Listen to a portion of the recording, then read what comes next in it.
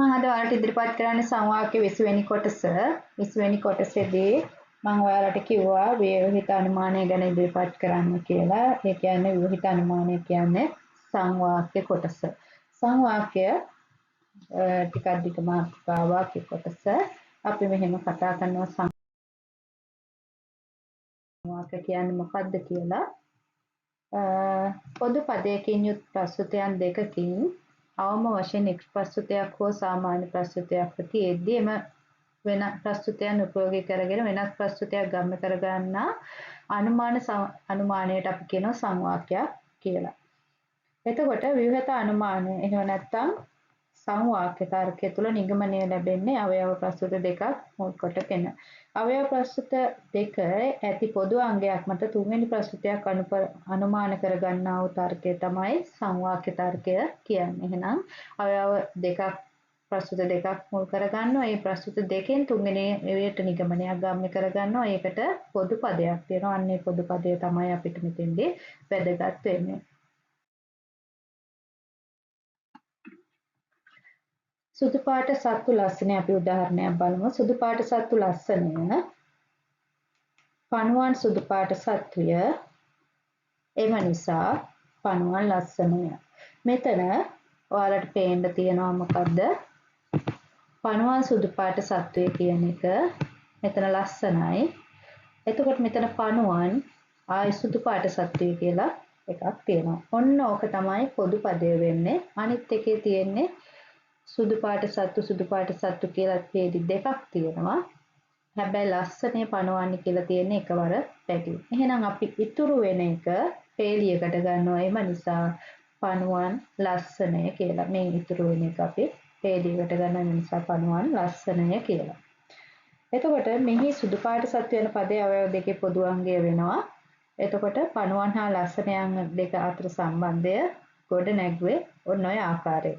එතකොට සංවාක්‍ය ගොඩනැගෙන ආකාරය අනුව අපි ප්‍රභේද දෙකකට බෙදනවා. මේ ප්‍රභේද දෙක තමයි අපි එකට කියනවා සංවාක්‍ය වර්ග කියලා. සංවාක්‍ය වර්ග දෙකයි. එක සුද්ධ සංවාක්‍ය. සුද්ධ සංවාක්‍ය වලට අපි කියනවා වෙනත් නමක් අමිශ්‍ර කියලා. මෙතෙන්ට ඔයාලා ගන්න මිශ්‍ර සංවාක්‍ය. ඊළඟට මිශ්‍ර සංවාක්‍ය කියලා. සුද්ධ සංවාක්‍ය වල කියන්නේ අමිශ්‍ර සංවාක්‍ය. අනිත් එක තමයි මිශ්‍ර සංවාක්‍ය. අපි ඊළඟට බලනවා මොකද්ද සුද්ධ සංවාක්‍ය එහෙම නැත්නම් අමිශ්‍ර කියලා කියන්නේ කියලා. එතකොට නිරුපාදික සෝපාදික වියෝජක කියන වර්ග අතරින් කවරම හරි එකම වර්ගයකට අයත් ප්‍රස්තුතයන්ගේ ගොඩනැගෙන සංවාක්‍ය වලට අපි කියනවා අමිශ්‍ර එහෙම නැත්නම් සුද්ධ සංවාක්‍ය කියලා. සුද්ධ සංවාක්‍ය ප්‍රභේද 3යි. අපි බලමු මොකක්ද මේ නිරුපාදික සංවාක්‍ය, සුද්ධ සෝපාදික සංවාක්‍ය සහ සුද්ධ වියෝජක සංවාක්‍ය කියන්නේ කියලා ඉස්සරහට සටහන් විදියට යනවා. නිරුපාදික සෝපාදික වියෝජක ඔය ආකාරයෙන් අපි කතා කරනවා. අපි බලමු ඒ තුන පිළිබඳව මේ ප්‍රභේද තුන පිළිබඳව ඊළඟට. ඔන්න ඔය ආකාරය. අපි මෙතන සුද්ධ සෝපාදික සංවාක්‍ය කියන තැන අමිශ්‍රයි කියන්නේ. අමිශ්‍ර ගැන කතා කරන්නේ. සුද්ධ වියෝජක සංවාක්‍යයත් අපි අමිශ්‍ර ගැන තමයි කතා කරන්නේ. ඊළඟට අපි බලමු නිරුපාදික සංවාක්‍ය කියන්නේ මොකක්ද කියලා. ඔකේ පළවෙනි මාතෘකාව. පොදු අංගයක් තියෙන අවයව ප්‍රස්තුත දෙකකින් යටත් පිරිසෙන් එකක්වත් සාමාන්‍ය ප්‍රස්තුතයක් ලබාගෙන තුන්වෙනි ප්‍රස්තුතයක් අනුමාන කරගන්නා වූ තර්කයකට අපි කියනවා නිරුපාදික සංවාක්‍ය කියලා. අපි ඒකට උදාහරණයක් අරගෙන බලමු මොකද්ද මේ කියන සටහන කියලා. සියලු මිනිසුන් මැරෙන සුළුය. ඇරිස්ටෝටල් මිනිසෙකි. ඒ නිසා ඇරිස්ටෝටල් මැරෙන සුළුය. දැන් ඔය උදාහරණෙත් එක්ක අපි බලමු පොදු අංගයක් ඇති අවයව ප්‍රස්තුත දෙකකින්. පොදු අංගයක් තියෙනවා. මොකද්ද පොදු අංගය? සියලු මිනිස්සු මැරෙන සුළුය. ඇරිස්ටෝටල් මිනිසෙකි. එහෙනම් මෙතන කවුද? සියලු මිනිස්සුයි. මෙතන මිනිසෙකි කියන්නේ පොදු අංගය. මෙතන මිනිසෙකි කියන්නේ පොදු අංගය.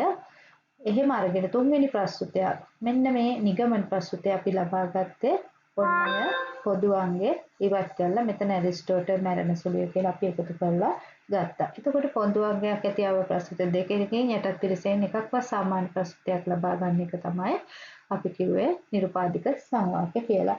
අපි බලමු මොකද්ද කියලා මේක මේ ව්‍යාකාරයෙන් අපි දාගන්නවා. අපි මේකේ SP දාන්නේ යට ඉඳලා. මෙතන ඇරිස්ටෝටල් කියන්නේ S කියලා ගත්තොත් අපි මෙහෙම ගන්නවා. එතකොට ඇරිස්ටෝටල් S නා මිනිසෙක් කියන්නේ මධ්‍ය පදය. එහෙනම් මිනිස්සු කියන්නේ මධ්‍ය පදය, මැරෙන සුළු කියන්නේ P. අපි මේක බලනවා MP. මේ MPS කියන්නේ මොකක්ද කියලා මම අමිශ්‍ර සෝපාදික MP SN SP කියලා ආවේ කොහොමද කියලා මම ඊළඟට මේ උදාහරණයට යටින් මම ඔයාලට සාකච්ඡා කරනවා. MP කියන්නේ එකක්. එතකොට SM මොන මේ පේලිය මේ විදිහට තමයි ආවේ. එම නිසා SP. ඇරිස්ටෝටල් සියලු මිනිස්සු මැරෙන සුළුයි. ඇරිස්ටෝටල් මිනිසෙක්. ඒ නිසා ඇරිස්ටෝටල් මැරෙන සුළුයි. අපි ඔන්න ඔය ආකාරයෙන් ගත්තා. එතකොට මෙතෙන්දී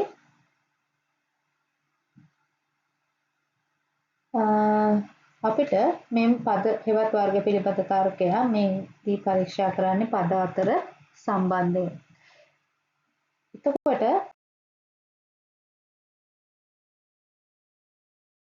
නිගමන ප්‍රස්තුතේ වාක්‍ය වන පදය පක්ෂ පදය වන අතර ඔන්න නිගමන ප්‍රස්තුතයේ වාච වන පදයට අපි කියනවා පක්ෂ පදය කියලා. පක්ෂ පදය අපි හඳුන්වන්නේ S වලින්. ඊළඟට වාචකය වන පදය අපි කියනවා සාධ්‍ය පදය කියලා වාචකය.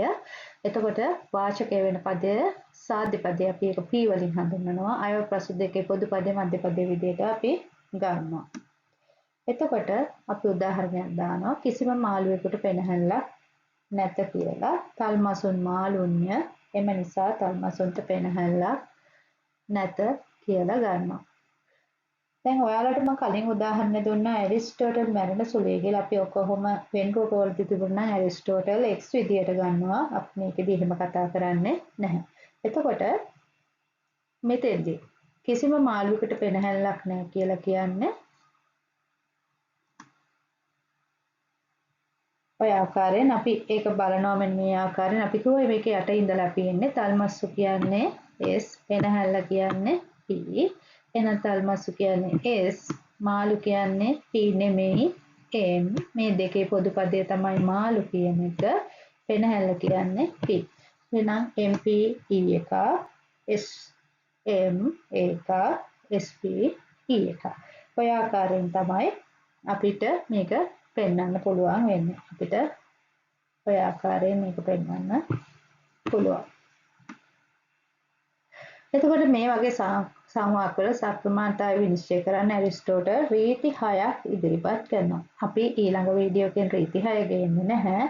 ඊළඟ එකෙන් අපි ඔයාලට හඳුන්වන්නේ අමිශ්‍ර සෝපාදික සංවාක්‍ය පිළිබඳව. මම කිව්වා මේකේ කොටස් 3ක් තියෙනවා කියලා. පළවෙනි එක තමයි අපි අද කරේ නිරුපාදික සංවාක්‍ය ගැන. මම ඊළඟ වීඩියෝ එකෙන් ඔයාලට ඉදිරිපත් කරනවා මිශ්‍ර සෝපාදික සංවාක්‍ය කියන්නේ මොකක්ද කියලා. ඇරිස්ටෝටල්ගේ රීති 6 ඉගෙනුවාට පස්සේ පුළුවන් අපිට ගණන් කොටස් වලට යන්න. අපි ඒක තව ඉස්සරහදී බලාපොරොත්තු වෙනවා. මගේ වීඩියෝ හොඳයි කියලා හිතෙනවා නම් ලයික් එකක් දාගෙන යන්න. ඒ වගේම මගේ channel එක subscribe කරන්න.